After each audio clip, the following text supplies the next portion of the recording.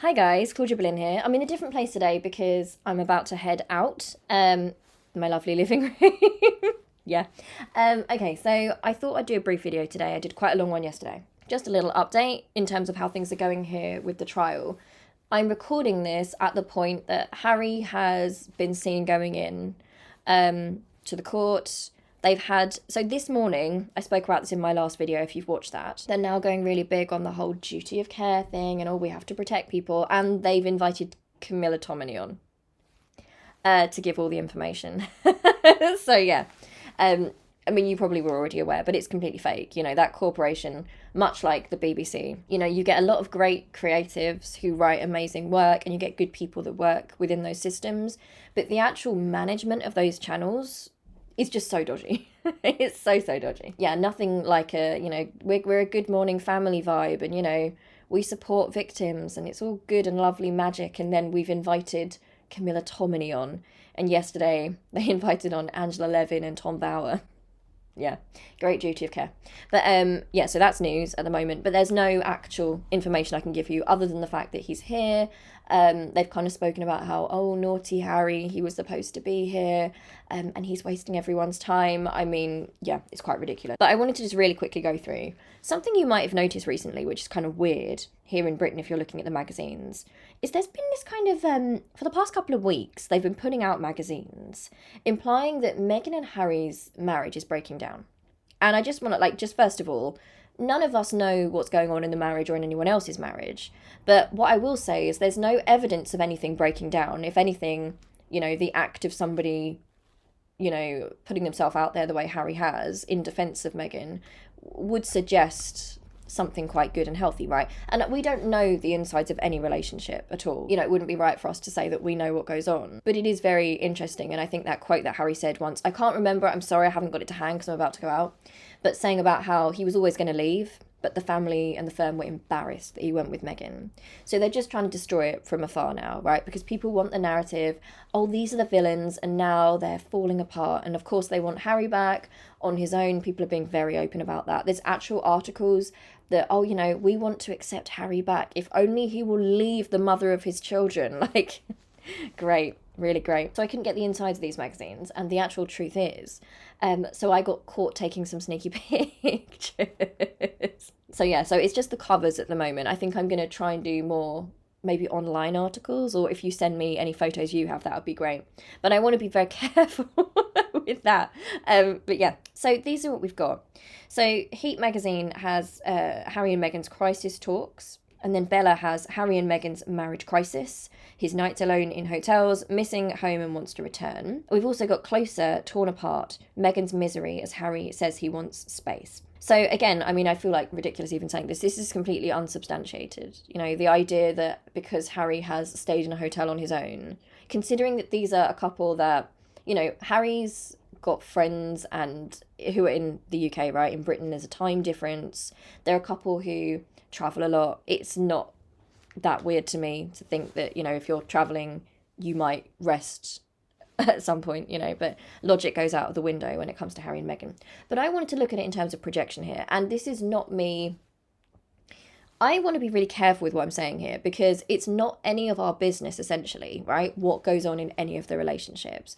But what I will say is very, very interesting is that a pattern that we've started to notice, and this happens in abuse systems all the time, right? Projection happens when an abuser projects what they are doing, right? And their motives, and they try and cover that by putting it onto somebody else. And that's helpful if you're someone who's been abused or is being abused because it can help you to understand, I know it doesn't, you know, make the pain any less, but you know that what you're getting is actually what that person is feeling about themselves a lot of the time, right? It tells you always more about the person doing it than the person it's directed at, and we can learn from that. And we see that with the media. So often if a bad story is coming out about another royal, they will project that onto Harry and Meghan, right? Because they're the scapegoats and they're the targets in the system. So I want us to think about, and I'm not going to get into it, but thinking about this sudden push, oh, the marriage is breaking up, oh, they're talking about divorce, oh, they're living separate lives, following the pattern we've seen in the media, what do we think that means?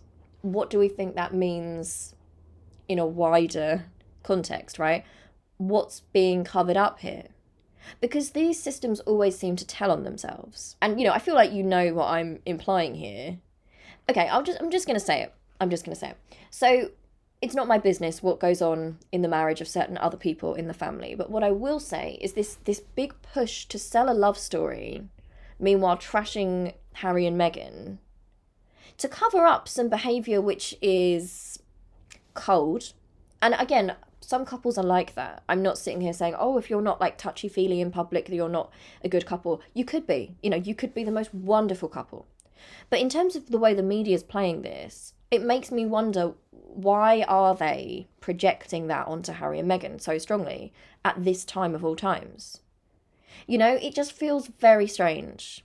And I would not be surprised if we find out in the future something's coming with the royals, some sort of story of some kind is being projected onto Harry and Meghan, which might apply to other people, shall we say. And the reason I'm saying this is just because we have a pattern of projection, right? Often the things they accuse Harry and Meghan of, it then turns out other people have done. And this happens so often in abuse dynamics, right? An abuser will gaslight you and make you think you're crazy because they will assign to you their own motives.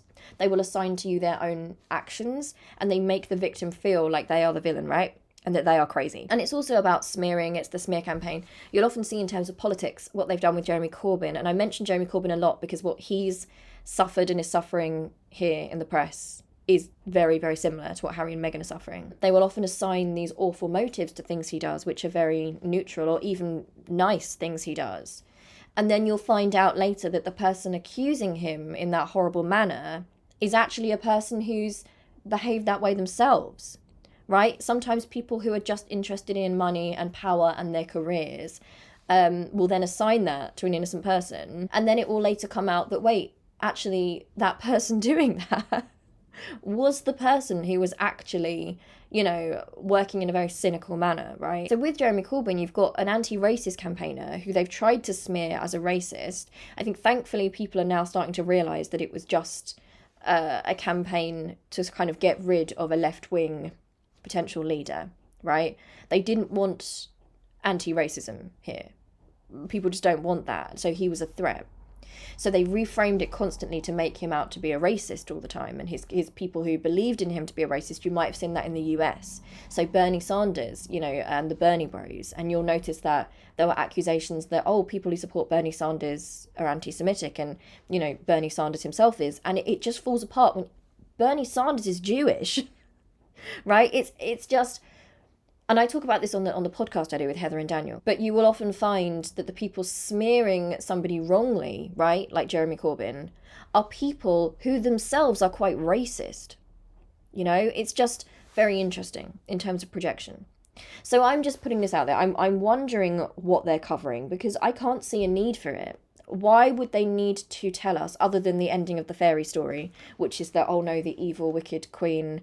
Well, I suppose I wouldn't want to refer to Meghan as queen. The wicked witch, they're not living happily out there. That's what they want us to think. But I'm just wondering if they're revealing something about this. Why are they talking about divorce and separate lives? And, let's be completely honest. They don't really give that same coverage to William and Kate and Charles and Camilla.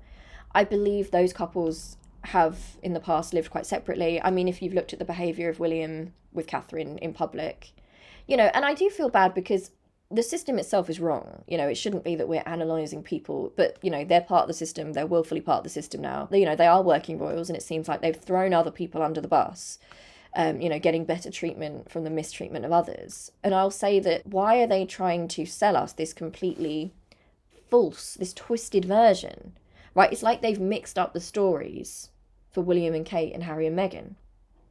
And is that just because they have to protect the main royals and the line? I don't really know. But it's very telling, every time they bring up a new smear against Harry and Meghan, if you step back from it, you have to wonder why they're doing it. And it all starts to make much more sense. For example, with the tabloids, and, I got into this with the last video, but Harry taking them on and them knowing that, there's a reason why suddenly there's been this smear campaign against him to paint him as crazy and petulant and ridiculously angry and mustn't be believed. And, he's out of his mind and he's paranoid and he's this and he's that because he was going to court, right? So that's the reason for that. But, you know, when you get these stories, about, I can't see how it benefits them other than the ending of the fairy tale to try and, I suppose it's a sort of emotional torment, right? It's putting that couple, Meghan and Harry, in a horrible situation where everyone's like, what, rooting for you to fail, and that will cause stress in your marriage anyway. But yeah, I feel like there's some projection going on there, is what I'll say. And again, I have to be so careful because, you know, sometimes I feel like I'm just sitting here chatting, but also I don't want to be a hypocrite, and I don't want to be sitting here like speculating about things that aren't my business. But what I'll say is, when they put something on Harry and Meghan, look at why they're doing it and who's doing it and what they might actually be talking about. Because there is power in that, right? They have a big royal machine, right? The media's in on it. You know, we've got like the BBC, the main channels that go along with it. They go along with this ridiculous lie, essentially grooming and indoctrinating us all. But what we're really seeing is we're seeing Kate and William very separate figures, right? I'm not saying it means like, I don't know what's going on in the marriage, but it feels like even if there's nothing wrong there, they are worried about the perception of that, you know, in terms of optics, because being a royal, you know, a working royal, part of your job is like the optics thing. You know, you're presenting ideal family life. So at the very least, the firm thinks something is lacking there in the way that it's being presented, not necessarily in the way that it actually is. And therefore they have to try and destroy Harry and Meghan, because again, the heir has to be the best one, right? The heir has to be the success. We can't have the spare and his wife looking like they're more in love or that their marriage is going better, is what I'll say. But it's very interesting. Anyway, thank you for watching, and I'll make another one tomorrow based on what we know is going to come out in court. You know, there's a lot of gleeful commentators saying, oh, Harry needs to watch out because he's going to be cross-examined, and, you know, oh, he's going to be held to account. And it's like, it's so corrupt. It's so corrupt. Like, they really want him to fail. And what sorts of people, honestly, would want someone to be humiliated when they're trying to take on the tabloids, right? Who cause so much evil in this world, who do hack phones, and they do act in horrific ways. What are they even protecting at this point? Like, no normal good person would be protecting that. And I said this in the last video.